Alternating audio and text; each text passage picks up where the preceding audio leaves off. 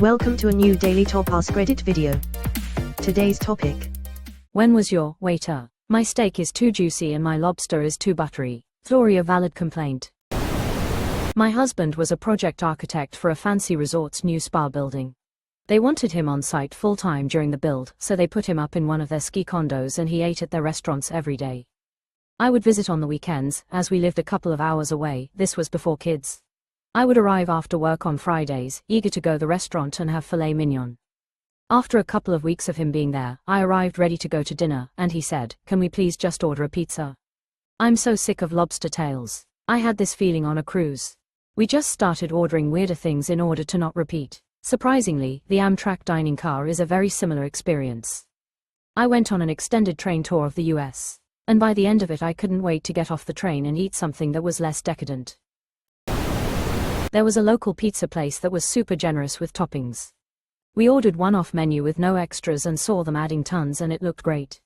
The problem was that all the extra stuff made the pizza really soggy, especially in the middle. Like could only really eat it with a fork and knife type deal for the first bite since it had no integrity. When I worked at a pizza place I used to always tell people on the phone when they were ordering like 9 toppings that it's not going to cook right and it's definitely going to be soggy. 90% of the time they would insist and it would be a soggy mess, and some of those people would even call back to complain. I had a lady once order and wanted extra pineapples. I said, "Mom, there's absolutely no way that'll cook properly. By the time I get the cheese to melt the crust will be burnt." She said just let go as long as possible. So I pulled when the crust started getting too dark and it was still soggy in the middle, but I sent it anyway. She complained. Some people just can't be told anything. I was once very sick and begged my boyfriend to get me Campbell chicken noodle soup. He decided I deserved good chicken soup and made a big pot of homemade soup with egg noodles and lots of veggies and big pieces of chicken. Which would have been great if I'd had a cold. I specifically wanted Campbell's chicken noodle soup because I'd been throwing up for 2 days and needed the blandest, simplest food available. No way I could have kept his soup down. He couldn't believe I wanted canned crap over the real stuff and basically accused me of being uncultured and low class. He never did understand that the problem wasn't in the taste or how healthy it was literally just what my stomach could and couldn't hold. Edit, for the people worried I'm still with someone who called me uncultured and low class, I should have said boyfriend at the time. We broke up long ago. Plus it's one of those foods that if you throw it up, it tastes the same. Decent texture, too. Just the right amount of chunks to really tickle the tongue. When I was getting over a really nasty flu and hit a day that I was able to eat more than just saltines, my girlfriend made me some Campbell's chicken soup. I knew my palate had been fucked up because it was so goddamn salty. It was a small bowl and one was still hungry, so I went to get a bit more and only saw the empty pot. "Oh, you finished the soup?" "No, that was it. Just that one small bowl." "Did you spill some?" "No, that's all there was in the can." She didn't add any water to it. I ate the fully condensed soup. In her defense, she doesn't like soup and doesn't do any cooking. It was pretty funny. Apparently that's been an issue with people who don't read labels. I watched an origin show about the company and they saved money starting out by selling condensed soup in smaller metal cans. When I had surgery my mom was taking care of me and I was like, "Mother, I want mac and cheese." And by mac and cheese I mean boxed shells with Velveeta according to the package directions precisely. If you change one thing I'm going to be inconsolable. I swear to the Lord above, Mother, if you let a singular granule of pepper grace this dish, I will have myself emancipated. One time I had so much fucking money I couldn't get my wallet to close. I tried forcing it and shoving it into my pocket anyways and it was really uncomfortable the whole ride to the bank. I have that same problem with my penis. Solution is simple, don't put your penis in your wallet. I went to a bar with a friend and ordered the tater tots. I ordered very explicitly, just the tots. The potato, nothing else.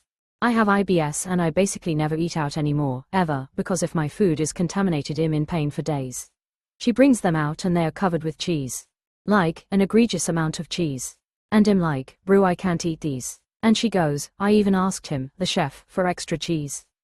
And I was like, "I asked for no cheese." I felt so bad. I was just like, "I can't eat these. This is poison to me." Smelled good though, which didn't make it better. This really just shows that when it comes to customer service and food you're better off delivering exactly what they ask for and nothing more or less. You aren't making the day by spiking some diabetic's coffee with caramel sauce. I count calories and macros for bodybuilding goals. I always grimace a little when someone tries to hook me up by giving me extra of whatever food. I'd feel like an ass if I complained, so I just don't say anything and I'll go home and weigh it or try to guess. Good news is I can tell you at most Free Scoop places, Panda Express, Chipotle, you get way more than the standardized portion. Took a bite into the plumpest, juiciest sausage on a stick you've ever seen at the state fair. Transported me briefly to realms of flavors I may never relive when the Jeep representative at the car show yelled at me for squirting on the merchandise. I'd consider sausage juice an upgrade to a Jeep. It wasn't sausage juice. Reserved a rental car for my family, wife, 2 toddlers, and all the required travel items. Was offered a new Camaro for upgrade. I pointed to my family and said, "Can I fit everyone?" Back to the large sedan. I know a Camaro owner who got it specifically because it could actually fit car seats in the back, unlike other convertibles. The luggage on the other hand. Years ago I was at a local pizza place that did 241 deals. Guy came in who looked knackered like he just wanted a pizza and to go and chill. He asked for a pepperoni and the guy by the counter said it's 241. This resulted in about 5 minutes of this bloke saying he just wants 1 medium pepperoni pizza. He eventually relents and accepts he's getting 2 pizzas. Cut to when his order is ready, the server walks out and goes, "Sorry, we ran out of medium bases so we had to give you large." It was quite funny watching this guy just look defeated whilst holding about 4 times as much pizza as he came in for. It took me way too long to realize you mean 2for1. Who the hell writes this 241? I have never heard a BOGO deal be referred to as a 241 deal like that in my entire life. I legitimately thought you were implying they were $2.41 but just didn't write it in that format until the very end when you mentioned getting 2 pizzas. I'm dumb and first thought there were 241 different deals. A few years back I went out and got some McDonald's for me and a friend. 2 burgers, 2 fries, some nuggets to share. The girl at the drive-through window handed me the bag and winked. I looked inside and there's cookies in the bag and a note that said, "Cookies for you. Enjoy." Smiley face, and also no nuggets or fries. So I had to go around to the speaker again and tell her she got my order wrong. She didn't wink at me the second time. That's like half your order. I hope she didn't wink because she was embarrassed by getting your order wrong. My husband was the manager of a bakery that sold slices of cheesecake in all different flavors and tiramisu. At the end of the second day they had to throw them all out and make fresh ones. So we had boxes of cheesecakes every single night for 10 years. I have 0 sweet tooth. Lol, give me olives. I would have been very fat. Well.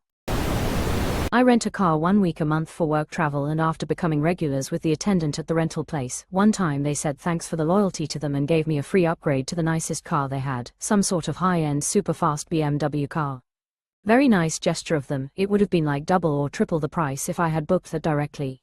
But as a 6+ FT, tall large man, crawling and squeezing into that tiny thing all week was such a pain. It was nice and super nimble, but I just didn't fit in it and would have preferred some RAV4 or Ford Escape or whatever crossover SUV that had more room. I had that recently on a trip. They wanted to upgrade me to a full-sized SUV, but I was doing a lot of driving and just wanted the fuel-efficient car I reserved. We were staying at a condo on vacation in a big city with lots of traffic, small roads etc., also underground parking. They're like, "Here's a free upgrade to this Suburban." "Oh no, I want the Civic I asked for." They were confused. We had a similar thing happen when we went to Disney World way back in the 90s. They upgraded us from a hatchback to a very fancy town car. We were worried about it getting stolen when we were off property. We stayed on resort but had a day planned for Kennedy Space Center. We were just rural Northern Ontarians though. As soon as we left Orlando Airport we realized expensive cars were not rare, so it was fine lol. Also my little sister's first comment, since it was February, was, "Why are all the cars so clean?" Because we had left -40 in roads covered in snow and sand. I was 18 at the US Open in Pinehurst and my dad kept ordering beers for me. After 4 to 5 I asked him to stop and get me a water because it was Pinehurst in June. Similar to my 21st birthday, my mom kept ordering me whiskey sours. After about 4 to 5 I was decently drunk and asked her to stop, but she refused because she already got another one. I had about 10 and puked on the table at the bar, and that's when I learned not to go drinking with an alcoholic. She was so excited to have someone to indulge in her addiction with, that she made you sick. That's bleak. Long time ago I ordered a spicy chicken sandwich at Wendy's and the piece of chicken was gigantic, like 3x as big as the bun. Oh man, mine was also at Wendy's. One time I ordered a son of a baconator kinda late at night. Something caused a big backup despite me being the only customer inside the store. Honestly, it didn't bother me much, but the cashier was like, "Hook this guy up, he's been waiting a while," and I was like, "Oh thanks man. That's really nice of you." No joke, this sandwich had enough bacon on it that it made me sick to my stomach after just a few bites. There's just something off-putting about a mouthful of bacon when you're expecting just a bit on top of your burger. I used my entire bonus for our wedding and honeymoon, and part of it was on an insanely fancy black tie dinner in the Canary Islands. It was a 3-course, so I figured the portions would be decent. The first course was a salad. Don't get me wrong, it was really good. All the veggies were perfect, it was crunchy and crisp, and the balsamic they used was to this day the best I had. But it was tiny. Like, it was served in a bowl legitimately no bigger than a teacup. 2 forkfuls and it was gone. And when the main course came, I was excited, because it was roast duck. Ladies and gentlemen, hold out your thumb. That was the size of the piece of duck we got. Literally over in one bite. It was so good, like, thinking about it makes my mouth water. But it was nothing. And then dessert, which was a Canadian sorbet. It was made with honey and lemon, but it came out in a little glass maybe the size of 2 or 3 shot glasses. The entire meal was maybe 4 or 5 fork spoonfuls. It was unbelievably delicious, but I hadn't eaten all day in preparation for this, so my wife, who was wearing the most beautiful gown, and me in a tux, walked our asses down to a Burger King by the beach and gorged ourselves on cheeseburgers and chicken fries lol. That's a failure on the meal's part, as someone who just spent 350 pp on a fancy dinner 2 days ago. Either they have more courses, or the food is quite rich with cream or butter-based dishes, or the last course is a carbohydrate which is refillable. I've done this after a $300 lunch. Went to McDonald's for a cheeseburger to fill up.